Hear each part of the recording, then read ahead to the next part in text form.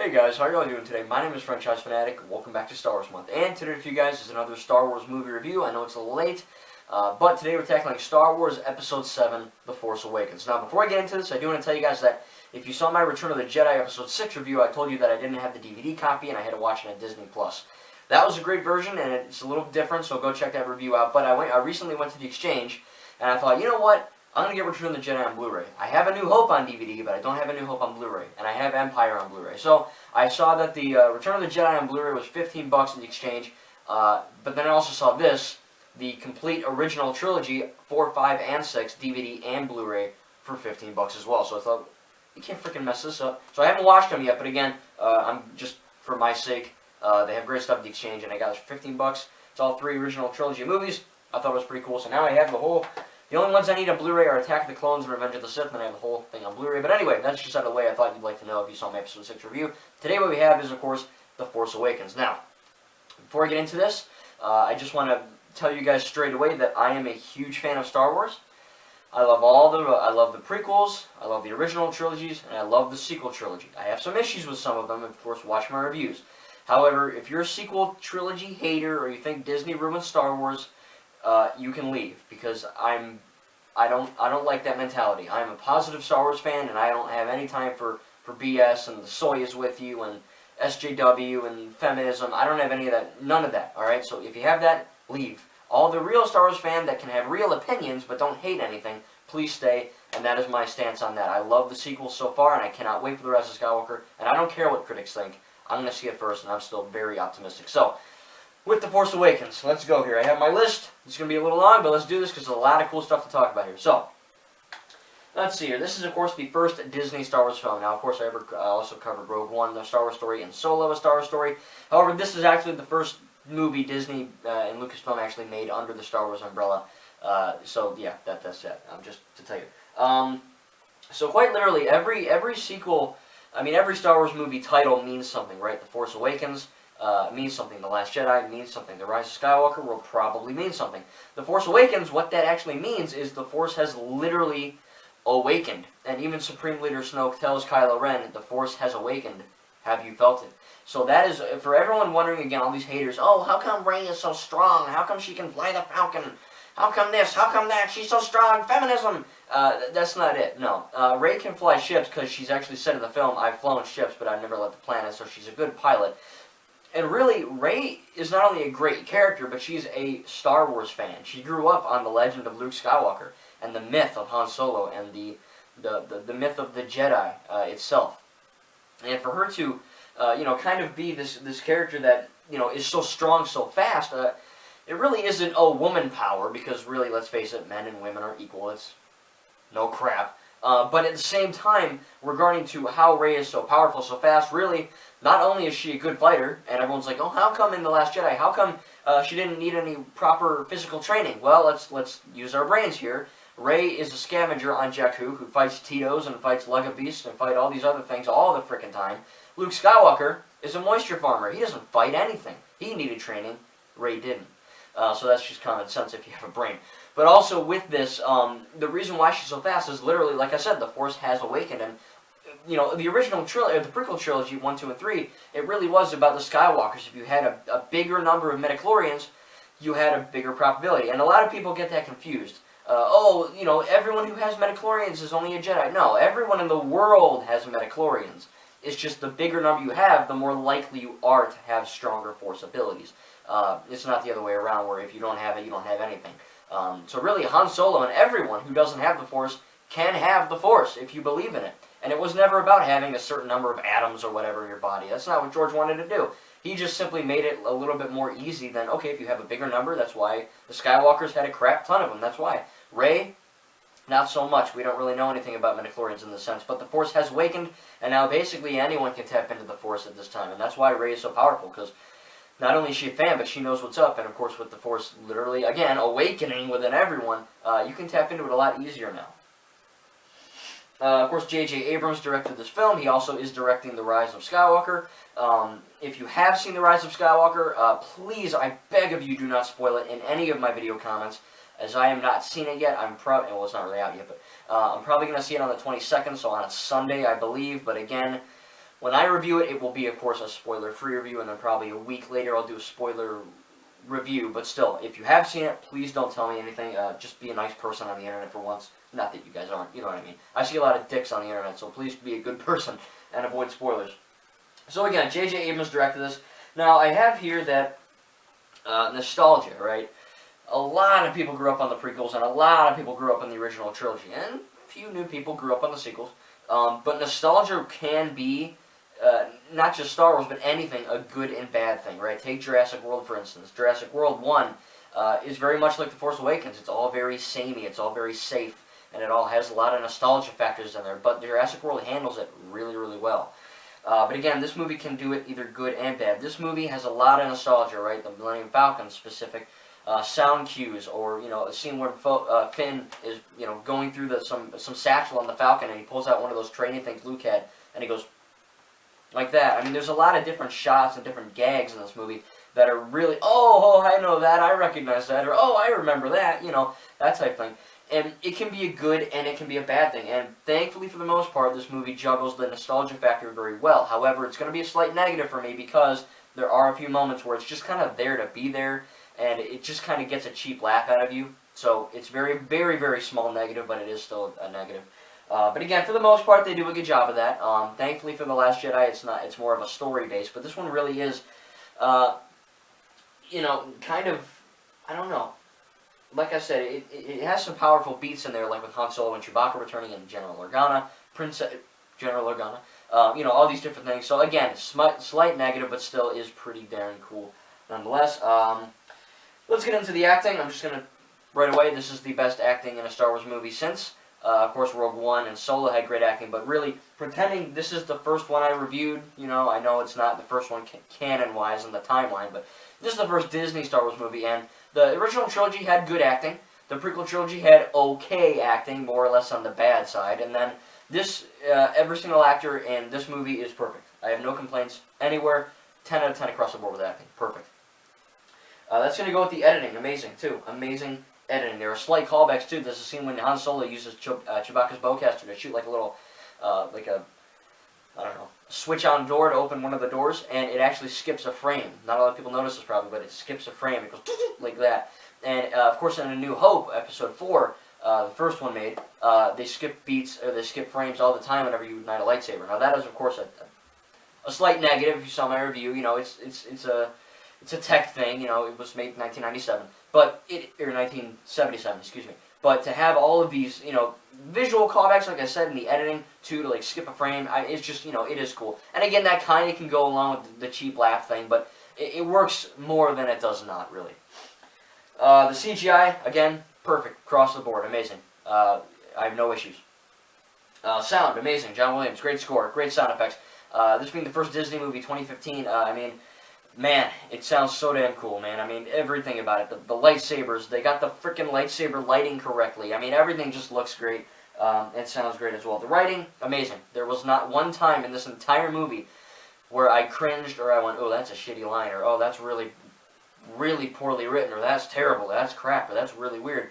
The writing is very well made across the board. Let's see, the plot is great. However, the plot is very safe, and it's very much the same.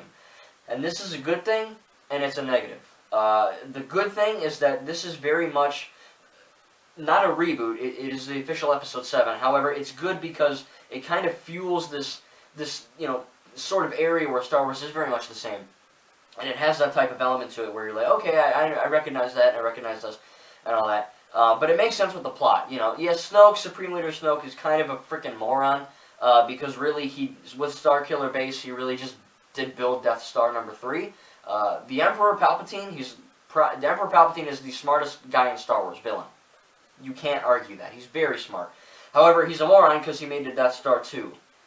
Now, it doesn't have the same weaknesses as the Death Star 1, but it still is very much the same thing. It's Palpatine's like, oh, well, the Death Star didn't work, let's just build another one, to hell with it, And that's, I'm sorry I did my Joker voice, but that's really the same thing, And Starkiller Base really is Death Star number 3. It's different because it's a planet killer. It shoots a bunch of things instead of just one. But really, Snoke is kind of an idiot because he did the same thing, And that is good filmmaking because it's playing it safe. But the bad thing, and again, it works for the plot. The plot's great. But the bad thing is that it is so much the same. People were saying, oh, it's like A New Hope 2.0. And I do agree with that, but not in the very bad sense. You know, you have Snoke, which is the Emperor. You have Kylo Ren, which is Darth Vader. You have Rey, which is Luke. You have Poe Dameron, which is like Wedge Antilles' Han Solo type character. And you have the Death Star, which is Starkiller Base. It very much is the same, and that is, to a degree, lazy. And that is lazy for J.J. Abrams to do that. However, for the plot, it does work, so I'm just going to give it a very small negative for that, being very same and being kind of lazy in the plot. But any of that, it is a very good plot at that. Of course, new characters. Now, I'm going to kind of go through all these main characters and kind of talk about things, and I'm going to reference things in The Last Jedi too, so, you know, when I review The Last Jedi tomorrow, it will kind of have this big thing. But anyway, going with that, we have Supreme Leader Snoke. Now, I don't know about you guys, but the problem with Last Jedi is that Snoke died. And not necessarily he died, but he died with no origin. Now, we might find out in The Rise of Skywalker. Who knows? If you have seen it, don't tell me. I don't want to know. However, with this being said, the film itself never asks the question of who is Snoke. It doesn't give a crap. When The Empire Strikes Back came out, the Emperor Palpatine was there. Darth Sidious. No one cared then. Why should they care now? Oh, that's right. Because haters need to know every little thing about everything for them to be really happy. And that's not just how it works. Star Wars has always been about Star Wars, not about your stupid rumors on Reddit, right? That's how, sorry if you can hear that. But that is exactly how it goes. And going with that, again, the film never asked the question of who Snoke is. The only people that cared about who Snoke was are the fans, or excuse me, the fans. Now, I'll admit, I theorized on who Snoke was. My whole family did. Oh, he's Jar Jar Binks, he's Mace Windu, he's Chewbacca, you know, whoever the hell he was. And when it turned out to be no one, everyone lost their mind, and everyone pooped on The Last Jedi. Oh, it sucks, worst movie ever. And really, that's just what you wanted to happen, and it didn't happen, so you hate the movie. Like I said, The Force Awakens never brought up who's Snoke. He's just the guy who controls Kylo Ren, just like the Emperor was controlling Vader. Who is Captain Phasma? Who cares? She's dead in The Last Jedi. Who's Darth Maul? Who cares? He died. Well, he didn't really die. He never died. He came back. He got killed in Rebels. But still, at that time, who cares? Boba Fett. Who cares? Return of the Jedi. He died. Of course, he didn't die. You know, big deal. But still, point is, Snoke, for everyone who was butthurt that he wasn't anyone important, he was important. He was a bad guy that screwed with a Skywalker and a Solo, and he got what he deserved, and he finished what Darth Vader couldn't. That's very important for all you haters out there. You're wrong. Let's see here. Phasma, Captain Phasma. She, again, you know, she has canon comic books, so if you're really butthurt that she's only in the movie for a little bit and she dies in The Last Jedi and she really only has one scene in that film, go read the canon comics. They're really well made and they're really damn cool. However, going forward, again, Captain Phasma, why did we ever think she's important? Oh, because she's shiny? Because she's British? Because she sounds intimidating? That's it. She's just another stormtrooper. She's just like Hux, the second in command to Kylo Ren. Who cares? She's dead in The Last Jedi. Get over it. Big deal. I think she's a damn good character. She really is. And she does have some canon things in the Lego Star Wars The Force Awakens video game. Yes, Lego Star Wars The Force Awakens, the video game, is canon. There are some missions that are canon. And we kind of see how she escapes the trash compactor and escapes Starkiller Base. However, again, I think she has enough screen time. She's not a character that I really need to see more of. I think her presence in this film is fine, and so with The Last Jedi. And that she died, big deal. Again, just because she's shiny, oh, is she important? No. Maybe she's in the new one. Who knows? Maybe she's like the Terminator of Star Wars. Who knows? Let's see. Hux. Hux is one of my negatives of this movie. Another one. He is very well acted by Domhnall Gleeson, who's one of the Weasley brothers in Harry Potter. But also, he's too intimidating for his own good. He's giving that speech, which is so freaking cool when you watch Star Wars Resistance, which is also canon. I'm going to have a video about that going up very, very soon. Where you see Hux's, you know, we will bow to the First Order, you know, that whole speech, and it's really corny and cheesy, and you don't buy it because he's like a scrawny little weasel. That is basically, you know, that speech takes place during Resistance, so Kaz Kazuto Xiono's planet gets killed during that little scene where they destroy the Hazian system and all that. But really, Hux is a good character, but he's not a good character because he thinks he's really serious and he's this badass and he's really cool. But he's not. He's just a weasel, and he's a fraidy cat, and he's kind of a biatch, you know? He's just kind of that person that's just... He's a wimp, basically. And when he tries to act all important and tough, it just doesn't work, and it falls flat. And that's why I love him in The Last Jedi, making him a punching bag and throwing him around. And I'll talk about this in my review for Last Jedi, but Rian Johnson did a great job handling Snoke. Rian Johnson did a great job giving characters real personalities, and Hux is one of them. Poe Dameron. Of course, Poe Dameron in this movie is very much a character that doesn't really have a character. He's just the badass cool guy. You know, shoot first, take questions later. He gets in the cockpit, he blows stuff up, and he's cool, right? He's also kind of a young Han Solo ripoff and a young Wedge Antilles ripoff. And that's another negative. It's very much the same character. And I love Poe Dameron, don't get me wrong. Poe Dameron is an awesome character. He's really cool, he's funny, he's awesome, and he's really, really good as a, like I said, as a character. But he's very underwhelming as a character in this movie. Thankfully, in The Last Jedi, we know that, yeah, Poe Dameron, he F's up. He gets a lot of people killed, and he gets to go through a character growth. So by the end of The Last Jedi, he goes from, in this movie, The Force Awakens, just a cocky guy who shoots stuff, to a guy who really thinks things through and kind of can act like a general. So Rian Johnson, again, thanks, bud. You did a great job giving Poe Dameron real character growth. And for people saying that the new sequel trilogy characters don't have any character growth, I'm sorry, you're not with it. Poe Dameron in this movie, yeah, he doesn't have any character growth. He's just, like I said, the cool guy, and then that's it. But Last Jedi, of course, we'll get to that. He, of course, is a better character than. But I still love Poe Dameron, but it is, again, that's just this nostalgia coming through. It very much is the same thing as Han Solo and Wedge Antilles. And again, that's not a bad thing. It's just nothing new. And thankfully, Last Jedi made him something new. But still, I love Poe Dameron as a character, though. He was kind of cool. Very, very cool. Finn. FN2187. Of course, we know that Finn, again, Rian Johnson did a great job giving Finn character growth in The Last Jedi. Force Awakens, he's just a stormtrooper who was with them for a long time, and he goes, you know what, F this. I don't want to do this anymore. You know, I can't just kill for these people. And Finn, FN2187, of course, Poe Dameron names him Finn, and Poe and Finn become great friends. They're like the Laurel and Hardy sort of Star Wars. They're the fleshy versions of R2-D2 and C-3PO, really. Or I guess BB-8 and D-O or something, I don't know. But Finn is a great character, but there's one character, his character is that he's a wimp. He's a runner. He's scared of his own company, the First Order, and he really does want to get away. He always wants to run. And whenever he doesn't run, it's to save Rey.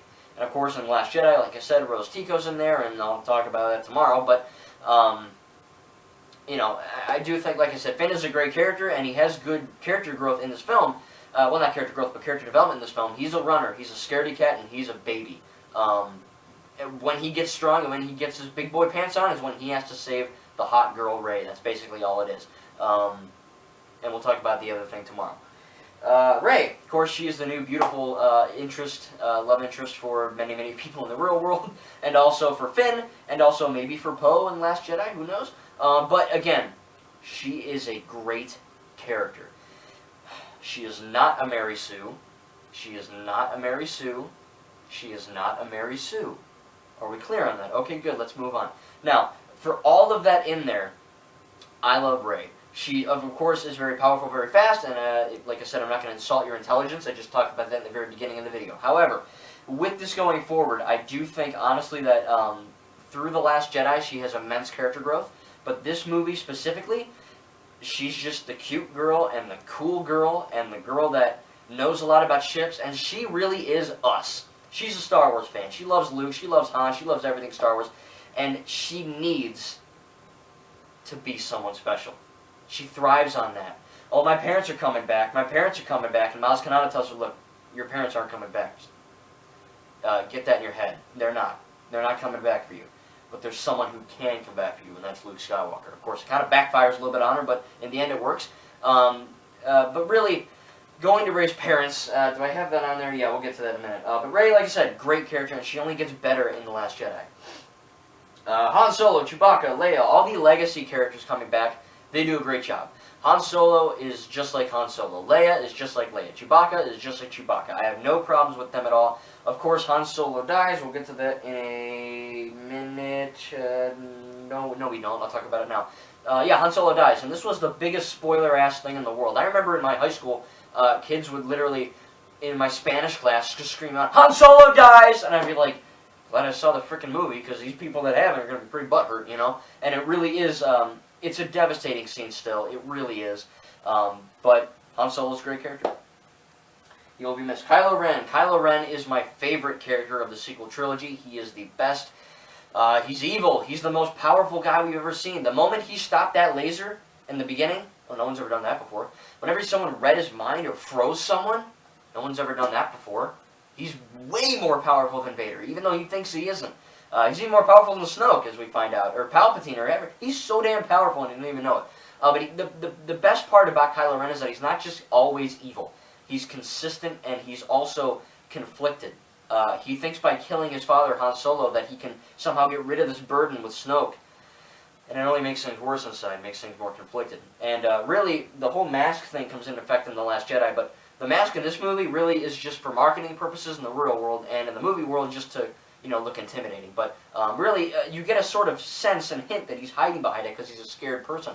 And maybe he's not as cool as he thinks. But again, all of this confliction going inside Kylo Ren is really great, and it helps blur the line between who is a bad guy and who is a good guy, and we'll get to that in The Last Jedi tomorrow. BB-8, perfect droid. I think they nailed it. BB-8 is just as lovable as R2 and C-3PO. Luke Skywalker, he's in this movie for about 15 seconds, and he's probably the corniest part of the movie. I'll get to that in a second.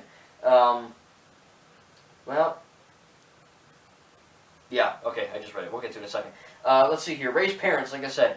A lot of people in The Last Jedi, when they found out Rey's parents were nobodies, they had a poop attack. And quite honestly, that only helps Rey's character, and if you can't see that, you're kind of dumb. But really, with that, you can disagree with it, but to hate it, that's just stupid. But honestly, it's just like Snoke and Phasma. No one ever set up that her parents were someone special. Look at the facts. She's a nobody on Jakku. Everyone treats her like crap. And she thinks that she has to be special when she knows she isn't special. That's what gets her up in the morning. Oh, my parents will be back. No, they're not. Even Maz tells her they're not. They're freaking losers. And to be honest, we'll get to this tomorrow, but again, when Kylo Ren tells her your parents are nobodies and you're a nobody, we don't know that for a fact. How the hell does Kylo Ren know anything about her family unless they're related? Who knows? But, honestly, if Rey's parents truly are nobodies, that is perfect character progression. That is perfect. And I'll get to that tomorrow. But also having her parents be nobodies, again, Kylo Ren isn't a Sith, but he's not a Jedi. But he's good at lying. And Rey is very emotional in that scene in The Last Jedi. And for him to say, yeah, your parents are nobodies, you're nothing, but I can make you something. That is Kylo Ren saying, his way of saying, look, yeah, you are nothing, but I can make you something. And that is perfect. So maybe her parents really are someone special. Who knows? We'll find out with the Rise of Skywalker. And again, if you know, don't tell me. But, it goes both ways. If her parents really are nobodies, it's perfect. And if Kylo Ren's just lying to her, it's perfect for his progression, too. So it's really a win-win. I don't know why everyone's butthurt about it. But I get it. You have to hear familiar names. Directing, J.J. Abrams did a perfect job directing, lining up shots. It all looks very nice. Let's see. The long shot, it gets end when Rey gives Luke Skywalker the lightsaber. Really, her only hope is Luke, and we all know where this happens. Of course, I think it's a beautiful decision that he throws it. It's literally the only thing that would work in my mind. However, and for a real fan, but however, going forward, I really do think that this shot is the worst shot in the movie. Yes, it's also the best shot in the movie because we've all wanted to see Luke Skywalker, and it's the most badass shot in the whole movie, right? This awesome camera going with the helicopter and this awesome, beautiful music. But it just lasts too long, man. That's my biggest negative. It lasts too long. Rey's standing there looking at him. He's going like this. And then the next shot, he's like... And then the next shot... And then the next shot... It's like, what are you doing, Luke? Take the freaking thing, And I get it. It's building suspense. It's building, oh my God, it's Luke. But as an actual, filming technique, it lasts way too long. And, practically, it's very cheesy. And I actually did kind of cringe. I just watched it now, and I kind of cringed at the end. Again, I love the end. It's a great end to this movie. However, technically speaking, it's kind of cheesy. Action scene's perfect. A lot of people with the prequels, you need this, and going crazy with the choreography. That's all well and good, because that was the Jedi in their prime. This is the new stuff. So to have Rey, who's really barely touched a lightsaber, but she fights with a staff, so that's how she's good with it. So again, she's not a Mary Sue. To have Kylo Ren, and the only reason she beat him on Starkiller Base, which is also Illumined from the video game Star Wars Jedi Fallen Order. Really cool. He's wounded. He just got shot, he's bleeding out with Chewbacca. That's why he passed himself. And I love this. I love all the action scenes in this movie. Takodana, the beginning fight, all the action looks. It's all amazing. However, the end fight scene is my favorite because it kind of plays out like a video game boss. You know, the guy kind of going like this and going for different rounds, and then you got Finn going and Rey. It's all great. And of course, that shot when she grabs the lightsaber is just as epic as Captain America getting Mjolnir in Endgame. It's all awesome. And of course, like I said, Star Killer Base is a loan from Jedi Fallen Order. So, all of that being said, again, I love this movie to death. This is one of my favorite films of all time, especially Star Wars. There's so much great with this movie. There's really not much to complain about at all. The only things would be the end shot's a little corny. Some of the nostalgia is a little bit too much and kind of cheap.